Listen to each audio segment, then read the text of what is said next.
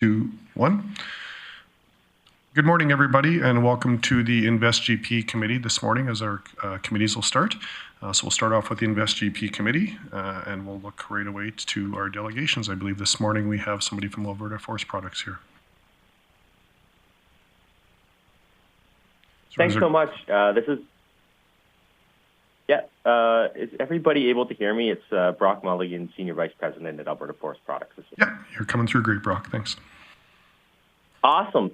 So there were a couple of things I wanted to update the committee on, and to thank you for some support on a file that we've received good news on. So just a little bit of background. Grande Prairie is, I think, unique in our industry in that it's a community where we have 4 large kind of multinational companies, really leading edge of the forest industry globally, all operating in one place.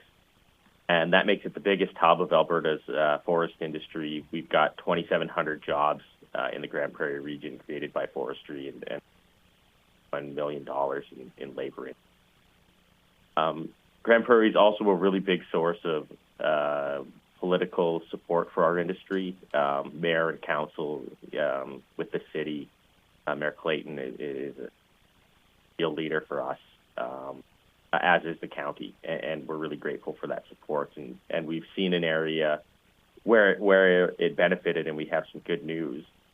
And that's that there was a proposal from the Alberta Electric System Operator, ISO, to effectively download a bunch of costs to run the transmission system manufacturers in the north, which would have harmed our industry especially, but other industries like chemicals manufacturing and some of the were also in the cross. And for a number of our mills, it really was an existential issue with millions of dollars of costs being piled on. This proposal was reviewed by the Alberta Utilities Commission through about a 2-year process, and we learned late last week that the proposal has been shot down entirely, which is really good news. It definitely buys us some time, and we wanted to thank the City of Grande Prairie and Mayor Clayton for their support, because this issue is probably not going away anytime soon. We've seen that the cost to run Alberta's electricity transmission system 2007 has gone up 327%, but the actual amount of electricity that it moves has only gone up 7%. It's a massive affordability issue. It looked like the electric system operator was just trying to shift this cost onto northern communities, bury it there. And communities and industries wouldn't tolerate that, and Utilities Commission heard the message. That's really valuable, and thank you so much for your support. And the second thing I wanted to quickly touch on was that Mayor Clayton is leading the charge for us to get some action from railway providers. Northern communities and Grande Prairie in particular are effectively held hostage, and we're seeing very poor service with things like 40% our fulfillment rates. Again, and this, at some point it means that you have to slow down the mill, and even sometimes it even comes to shutting it down. We're seeing pulp stored in parking lots. And the mayor has really stepped up to the plate to help us build a coalition of northern mayors and communities to help us fight. And we're really grateful for that. It means a lot. This one is just kind of getting off the ground, but we're pretty optimistic about where it's going to go. So that's what I've got to say. Wanted to reiterate our thanks to Grande Prairie, because it is such an important ally for us, and we've already accomplished a lot together, and I think that as we go forward, there's going to be even more, and I'm happy to take any. Okay, thanks, Brock, for that, and I'll just look to my colleagues to see if there's any questions for you this morning. Councillor Blackmore. Thanks, Brock, for dropping in, so to speak, today. It's good to see you. I know that you're working on electricity and railway cars. I'm wondering if there's anything else on your horizon that you can expect to come forward to us in the future, fairly near future, that you would ask our support on. if there's anything that we should be building a portfolio on towards anything new. Well, I think the other thing that continues to kind of go through the process is some of the caribou range planning. This is a huge one for us too, because as you know, if you don't have wood to put through that mill, you can't run the mill and create jobs and make new products and build new markets and all that kind of stuff. It's a foundational issue for us. So we're seeing the process work through the Berlin area, which is to the south of you, which has a major impact on local mills. One of our concerns is that there seems to be at least some desire on the part of some participants in that process to have wood, to effectively have the land base sterilized. And we think that it's underpinned by sort of a false assumption that you can leave those trees there for the next 200 years and they burn and we'll have pine beets. Yeah, we were lucky enough yesterday to take a helicopter ride, most of council, out through Weyerhaeuser's FMA.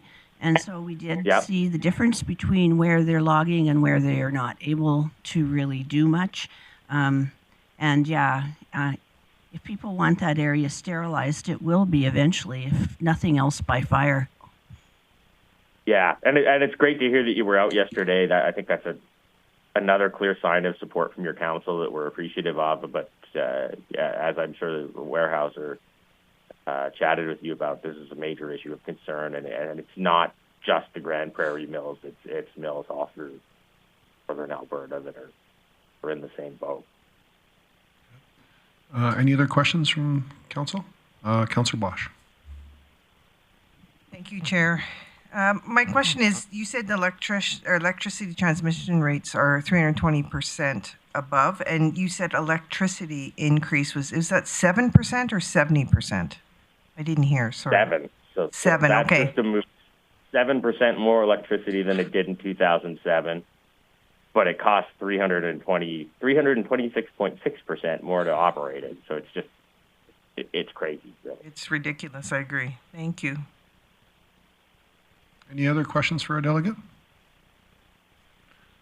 Seeing none, I appreciate you taking the time to come in or to Zoom in and chat with us this morning and allow us to ask you a few questions. And I'm sure we'll be having more conversations with you in the future. Okay, awesome. Thank you so much. All right, take care. Thanks Brock. Bye. And from there, we'll just start moving into our reports and our service area update. If there's any updates, I'm not sure if CEO Nicolay has any. I do, Mr. Chairman, so I'll just go through some highlights. I know we have a fairly heavy agenda today, so I won't get into too much detail, but a couple of areas in particular. One is what we refer to as InvestGP, but it's really the economic development side of the new organization. And a couple of updates. 26 new businesses have received congratulations emails. So we're still seeing commercial growth in Grande Prairie. 10 of those were home-based, and the rest of them were not home-based, so they're occupying traditional commercial facilities. Grants and incentives, a couple of updates. 2 economic recovery program applications have been received. One's a training grant and one is a local marketing grant. 2 business revitalization applications have been approved, and the business revitalization grant formally closes on December 31st of this year. So the department is out making sure that anyone that has that kind of a need that would fit into that program is aware of it and gets their application in quickly. Those have been quite successful in this community. Another program I'll just touch on that's been very near and dear to this council is the Urban Renewal Program that was essentially for mid-sized cities pioneered here in Grande Prairie. We've now qualified 78 employers and endorsed 26 candidates through the program to this point. 19 additional employers are being currently reviewed, and we have 324 positions advertised under the program. So very, very successful, and I'm sure council can recall when this one first got started, it was unclear how it was going to unfold, and our team, the InvestGP team, just took hold of it and really turned it into a success story for this region. Also wanted to just point out that the InvestGP folks did the economic update at the Budget 2023 deliberations that Council just concluded last week, and I was particularly proud of the work that they had done, a very high quality presentation, and I could see around the room Council's response to getting that kind of local information. So that ping back from Council during that process will redouble our efforts to make sure we have relevant and meaningful local information on what's going on in our economy to augment what we saw from folks like CIBC. Events, just wanted to highlight a couple. InvestGP just released its 15 Minutes to Anywhere video, and that was essentially the 1-year anniversary of the InvestGP branding. A year has gone by since this council endorsed that movement, and that 15 Minutes to Anywhere video is a really interesting characterization. In this InvestGP committee meeting, we'll highlight Planning and Development Department, and Joe will give an update on what's going on in that department. Next time through, we hope to do a similar type presentation for InvestGP. They were both ready for this meeting, but just in the interest of time, we'll stage that one for the next meeting and get a chance to have InvestGP and the economic development folks talk to the committee about all the things that are going on there. Several marketing opportunities underway. I won't go through all of them, all targeted at making sure that the world is able to see Grande Prairie as investment ready, that we are with open arms and facilitating procedures and processes to make sure that business can locate here and be successful. Also wanted to point out that we've been meeting with Emissions Reductions Alberta on grant programs that are being targeted toward facilitating funding streams for clean energy projects, and that's something that could manifest here in the next short while in Grande Prairie. And we're meeting later on today with the ADM from PrairiesCan, who will be talking to us in a meeting about what's going on in the region and what we hope to achieve, hopefully in concert with work that PrairiesCan is doing as well. Just a brief on the event side of the division, a concert tonight. Offspring are playing at the Bennett Centre tonight. I think there's still limited tickets left, but there's still some room in the house, so if anyone hasn't got their tickets to that, it will be an outstanding event. And also the Grande Prairie North Winter Festival 2023 has now been announced, and lots of activities at the Bennett Centre, the Montrose Cultural Centre, and Muskogee Park. This will be my first time getting a chance to see it, so I'm really looking forward to the successes that will come from that. And that concludes my director's update, Mr. Chairman. Okay, thank you for that, CEO Nicolay. Any questions regarding the report? No, I guess we're letting you off the hook easy today. Thank you. So thank you for your reports. Next, we'll move over to Mr. Johnson. Please, if you can just give us an update on the planning and development, please. Thank you, Chair Plot. The purpose of this presentation is to give a high-level overview of the numerous aspects of the Planning and Development Department, how we fit into the development process, and how we work with various other key city departments. The Planning and Development Department is sometimes referred to by stakeholders as development services. However, that's an old term that I'd like to stamp out of everyone's vocabulary as best as possible, but it remains. So anyhow, we used to belong to the Infrastructure and Economic Development portfolio, as you may recall, but now we are part of InvestGP. There are 4 divisions to our department: land use planning, development permitting, land management, and business licensing. Of those 4, land use planning and development permitting play key roles in the development process. Development involves 3 key departments: planning and development, engineering, and inspection services. The term development services that I referenced earlier was back when the city actually had a department called Development Services, and it was made up of these 3 departments. And rightfully so, because again, these are the three departments that play key roles in the development process. All three of those departments are housed at the city's service center. The planning and development's up on the third floor, or the planning department's up on the third floor. Engineering services on the second, development permitting's on the main floor, as well as inspection services. And the interesting part about this, I think it's a coincidence, but it is somewhat symbolic of the development process in that it does basically follow the development process in that planning and development does some long-range planning work. We fire it down to engineering to make it work. They figure out all the technical side of things. Once that's all done and the land is subdivided, then it goes down to development permitting for issuing development permits. And once we've completed that, then it goes over to inspection services for building permits. So that's the development process. However, in reality, we're constantly talking to each other. So it's a little, there's a lot of back and forth behind the scenes. And because we work together so much, we're pretty good at anticipating where there may be some problems 3 steps ahead of whatever step we're at. And so we're good at talking with each other and seeing if there's anything that we need to iron out before moving forward. So for the land use planning side of things, as council or committee and council will know, we deal with the numerous planning documents. At the highest level is the municipal development plan, which we are currently starting a review of.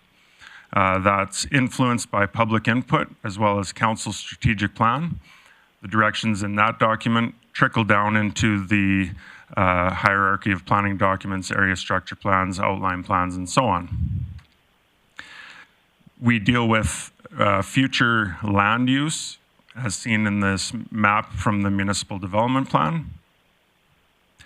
And we get right down to planning new neighborhoods. This is the development concept for the outline, or from the outline plan for O'Brien Lake. And as you can see by the air photo, it took shape exactly as we envisioned in the outline plan. Council is presented with these plans prior to any dirt being moved. And then, yeah, after the outline plan's adopted, numerous other processes start to kick in before final development. This is another area in the north end of town, Trader Ridge.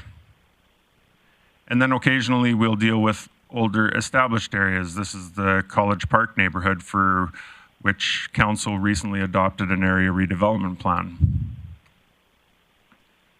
After planning has done their role, excuse me, it gets passed down to development permitting. And the key role of development permitting is to administer the land use bylaw.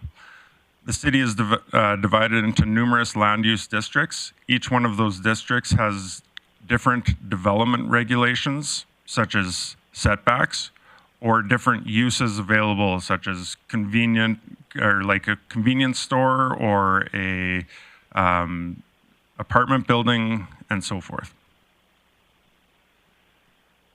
The development officers will review development proposals in the form of a site plan, administer the land use bylaw, and then the final product is eventually built.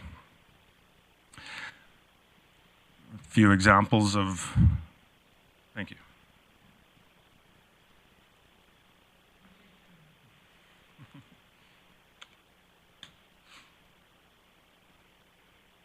All right, the next slide here, it clarifies a little bit of confusion. I want to assure committee and council that we are just like every other municipality. These weird contradictions exist everywhere. So land use planning, we deal with developers. Developers are the people who put the pipes in the ground and build the roads and services and subdivide the land and ultimately sell it off to builders. So development permitting deals with builders. We issue development permits to builders.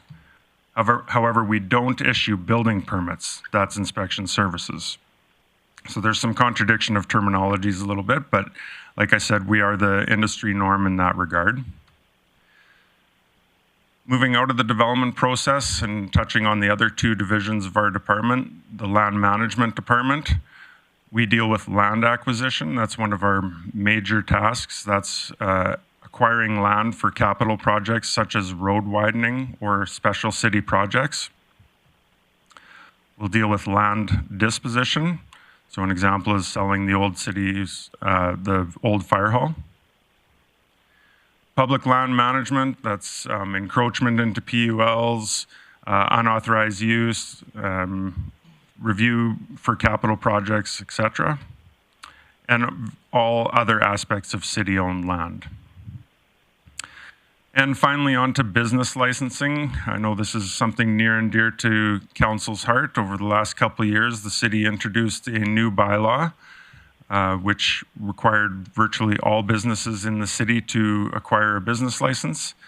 Since that time, we've issued over 3,000 business licenses, and it's our goal to ensure that all businesses are licensed in the city.